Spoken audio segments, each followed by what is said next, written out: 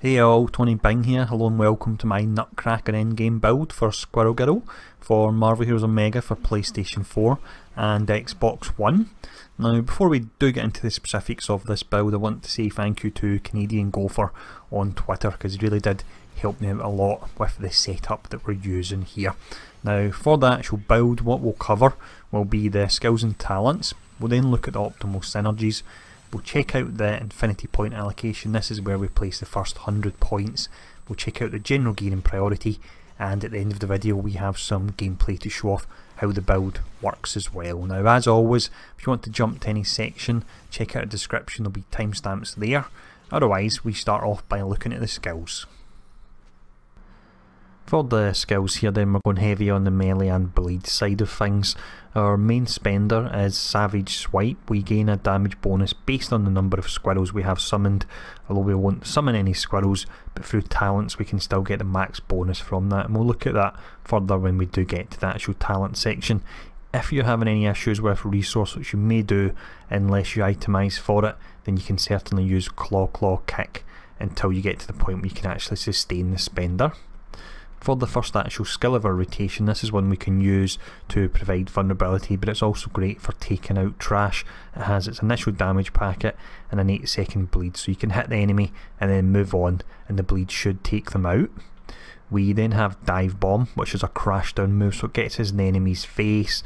You gain a damage bonus against bleeding enemies. They will be bleeding because I've used Squirrel Apocalypse on them. It slows them and it also weakens them, and it's got a low 4-second cooldown. The next skill we then use when we're in their face is Don't Look Now, so it's a barrage attack. You've got the 7 separate hits on it. We follow that up with Squirrel Twirl, and with this one it has its initial damage packet, works as a bleed, and it leaves that bleed on the enemy for 5 seconds. Now we get 3 charges of this, and if we quickly activate all 3 charges it gives us a whopping 20% dodge chance, which really is absolutely huge. You factor that in with the fact she's a speed hero who gets a dodge rating multiplier, and she can actually be pretty tanky as well. Now when it comes to using this, you can actually use it to clear out trash along with Squirrel Apocalypse, or if you are using it as part of your rotation on a boss to get the buff, don't press it too fast because you'll shoot away from the enemy. Press it and then you'll run back and then press it again, and then you do your final activation of it there. But the next skill we have is Nutcracker, so this is a pretty good one. You hit them for quite a large amount. It's 100% brutal strike chance, and it also works as an execute as well, and that's why we're using it as the last skill in our rotation. And then we have its Raining Rodents, so your signature, use it as and when required on elites or bosses, works as a dot, it will slow the enemy, and it's got a 6.5 second duration on it there. But for the next section we'll have a look at the talents. For the first talent here we have Twirling Tail, so Squirrel Twirl gains the following effects: total damage 50%, 3 charges and a 3-second cooldown.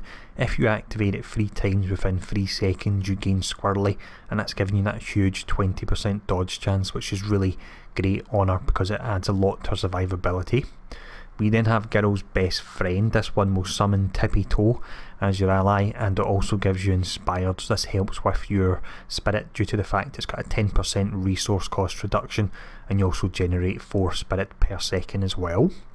For the next talent line we're using For Monkey Joe, so with this you command your squirrel friends to stay home away from the dangers of battle, but it gives you a flat 5% critical hit and brutal strike chance, which is really pretty nice.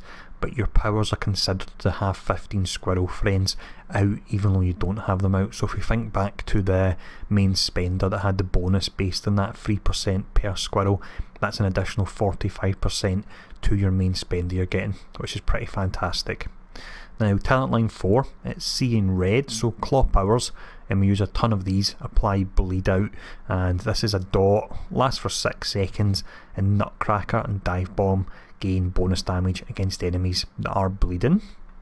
The final talent is Fell the Tree, so Nutcracker gains the following effects: an additional 50% damage bonus, which works great with the fact it's a 100% chance to brute, cooldown goes up by 2 seconds, and it also becomes an execute, and lastly the cooldown on it is refreshed if you defeat an enemy, so you can go around cracking nuts all over the screen. They're pretty awesome. Now next section anyway, let's have a look at the synergies. For the synergies, we start off with the primary attribute on Doreen and its fighting and also speed, so that's covered by Angela, Electra and War Machine. The more generic ones that you'll know by now really if you've been watching these videos are Blade, Hawkeye, Hulk, She-Hulk and Squirrel Girl, and then finally Black Widow works great on her because it's melee and range power damage, and also Scarlet Witch works great due to the amount of dots she has. That is 10% dot damage you get there as well. But for the next section we'll now have a look at the infinity point allocation. This is where we would place the first 100 points.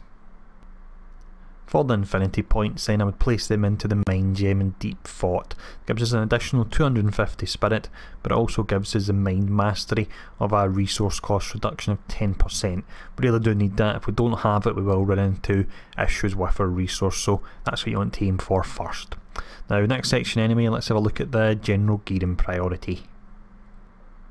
For this gearing section then what I'll do is give some general tips on how you actually want to build it and what stats you want to look out for. So in regards to the legendary, we would be using the red Muramasa blade. We use this because it's got a huge 2000 damage rating to bleed powers, which is the majority of our skills. You have health, deflect rating, brutal strike rating and also 300 health on hit when you critically hit with a bleed power, which should be pretty often on her. We then have the Sabertooth medallion, so when you hit with a claw power, cause your target to bleed.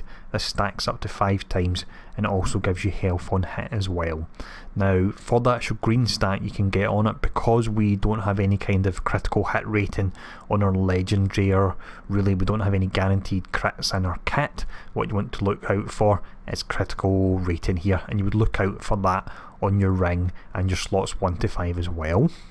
When it comes to the catalyst, you want to look out for health on hit, always great on melee heroes, and also you will need, if you're using the main spender rather than the basic one, you'll need either the health on medkit or spirit on hit, otherwise you will run dry in longer fights. When it comes to the relic, I'm not using the melee one because our actual signature on one of our other skills, Squirrel Apocalypse, doesn't have the melee tag, and because she's a speed hero she gains a dodge rating multiplier, so for that reason I'm going for the dodge rating on the actual relic, and that's the relic of Wakanda there, so you can really make her nice and tanky with this. For the artifacts, which I don't normally show in too much detail, but there's a few that are great for her. You got the modified lizards formula, fantastic because it's attack speed. When you critically hit you recover spirit, and also melee power damage and speed, which is one of our main attributes. You also have Sabertooth's furry mane, which has got health regen, defense, damage rating to claw powers, and when you use a bleeding power, which will be all the time really, you gain critical hit rating for 30 seconds. And then finally we've got a nice low budget option that drops all over the game. Nutso the Squirrel, call Nutso to your side when equipped, critical hit rating, fighting, and also damage rating to summon or claw. So no matter how you build her, be it summon or claw, this can work out pretty well. Again, it's a nice easy to find artifact there. But what we'll do to finish off this video is we'll run through the Times Square operation. We will do a full bounty clear, take down Ultron as well.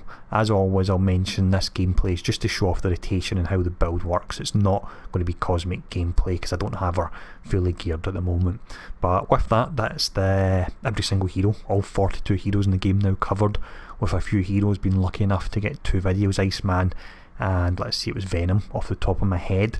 So I hope this video series has been useful. It's been a lot of work doing it, but I've had fun discovering all these builds and heroes, and I appreciate all the help and support you guys have given me during it. So yeah, thanks once again for all your help, and I'll sign off from my usual. See you all again soon.